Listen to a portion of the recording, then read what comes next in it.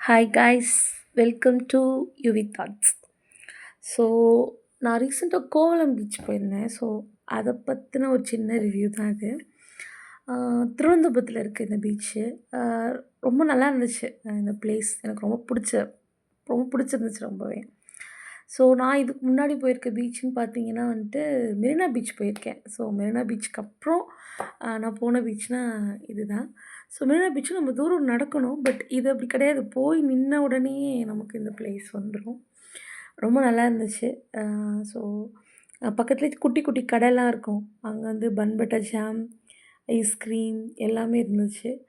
சின்ன சின்ன அ குட்டி ஷாப் இருந்தது. பேக்கெல்லாம் ரொம்ப நல்லாவே இருந்துச்சு. அண்ட் ரொம்ப புதுசா இருந்தது இந்த வியூவே எனக்கு ரொம்ப நல்லா இருந்துச்சு. எனக்கு பீச்னால் ரொம்ப பிடிக்கும். அதுவும் இந்த தண்ணியில் விளாட்றது. ஸோ நம்ம 1000 டிப்ரெஷனோட போயிருந்தாலும், அந்த அலைகள் நம்ம காலை தொட்டுட்டு போகிறப்போ எவ்வளோ பெரிய பிரச்சனைனாலும் பார்த்துக்கலாம் அப்படின்னு சொல்லிட்டு, நம்ம பிரச்சனைய பாதி இதை வாங்கிட்டு போகிற மாதிரி எனக்கு ஒரு ஃபீல் இருக்கும். ஸோ அந்த ஃபீல் தான் எனக்கு பீச் பார்க்கும்போது இருந்துச்சு. ஸோ இத பார்க்கும்போது எனக்கு ஒரு ஞாபகம் வருது. நான் இதுக்கு முன்னாடி சென்னையில ஒர்க் பண்ணிட்டுருக்கும்போது, என் கூட ஒரு அக்கா இருந்தாங்க. கீர்த்தி அக்கான்னு சொல்லிட்டு. ஸோ அந்த அக்காட்ட ஒரு தடவ நாங்க சொல்லாம, நாங்க ஃப்ரெண்ட்ஸ்லாம் சேர்ந்து மெரினா பீச் போயிட்டோம். ஸோ அப்போ அக்கா ரொம்ப திட்டி, "அப்படிலாம் பண்ணக்கூடாது. நீங்க சின்ன பொண்ணுங்க, தனியா போக்கூடாது. ஸோ அதனால எப்போ பீச் என்னை விட்டுட்டு நீங்க பீச் போக்கூடாது. பீச் போனா திட்டுவேன்" அப்படின்னு சொல்லுவாங்க. ஸோ போனோனே எனக்கு அவங்க ஞாபகம் தான் வந்துச்சு. ஆ ரொம்ப வியூவுமே ரொம்ப சூப்பரா இருந்துச்சு. போட்டிங்லாமே இதில இங்க அவைலபிளாவே இருந்தது. போட்டிங்க்கு கொஞ்சம் அமௌண்ட் கேட்குறாங்க. குடுத்து போனோம் அப்படின்னா, உங்களுக்கு போட்டிங்லாமே இங்க உங்களுக்கு ஃப்ரீயாவே ஃப்ரீன்னு சொல்றேன் பாருங்க. மணி குடுத்து போனீங்கன்னா, போட்டிங்லாம் இங்க அவைலபிளா இருக்கு.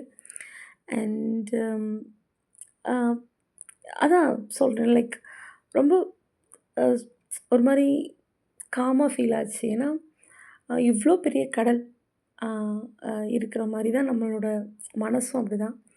நம்ம மனசு எப்பயுமே அமைதியா தான் இருக்கும். பட் நம்ம ஏற்படுத்திக்கிற ஒரு சில கவலைகள், நமக்கு வரக்கூடிய கவலைகள், இந்த டிப்ரெஷன் எல்லாமே இந்த அலை மாதிரி எப்போ பாரு நம்மள ஒரு சத்தம் போட்டு டிஸ்டர்ப் பண்ணிட்டே இருக்கும். பட் அதையும் தாண்டி நம்ம போனோம் அப்படின்னா, ஒரு அமைதி நமக்கு கிடைக்கும் அப்படின்றது இந்த கடலை பார்த்தோன்னே எனக்கு வந்த ஒரு விஷயம். அப்புறம் சன்செட் பாயிண்ட் அந்த இடத்துல சன்செட் ஆகுறதும் ரொம்ப நல்லா இருந்துச்சு. இந்த வியூ எனக்கு ரொம்ப பிடிச்சிருந்துச்சு. அந்த சன்செட் வியூ பார்க்குறதுக்கு. அண்ட் நெறைய ஸ்கூல் அ குழந்தைங்க, அதுக்கப்புறம் ஒர்க் பண்ணுறவங்க அந்த மாரி நெறைய பேர் வந்திருந்தாங்க, இந்த இடத்த பார்க்க. அம் ரொம்ப ஒரு காமா ஃபீல் ஆச்சு எனக்கு இந்த பீச் போனதுக்கப்புறம். So such a wonderful experience to me. And உங்களுக்கும் எப்போலாம் டைம் இருக்கோ, இந்த மாதிரி ஒரு சில விஷயங்கள்லாம் தேடி போங்க. ஏன்னா ஃப்யூச்சரில் நம்ம எங்கெல்லாம் போனோம் அப்படின்னு சொல்லி யோசிக்கிறதுக்காகவாச்சும் ஒரு சில இடம் நமக்கு வேணும். தேங்க் யூ ஃபார் வாட்சிங். நன்றி.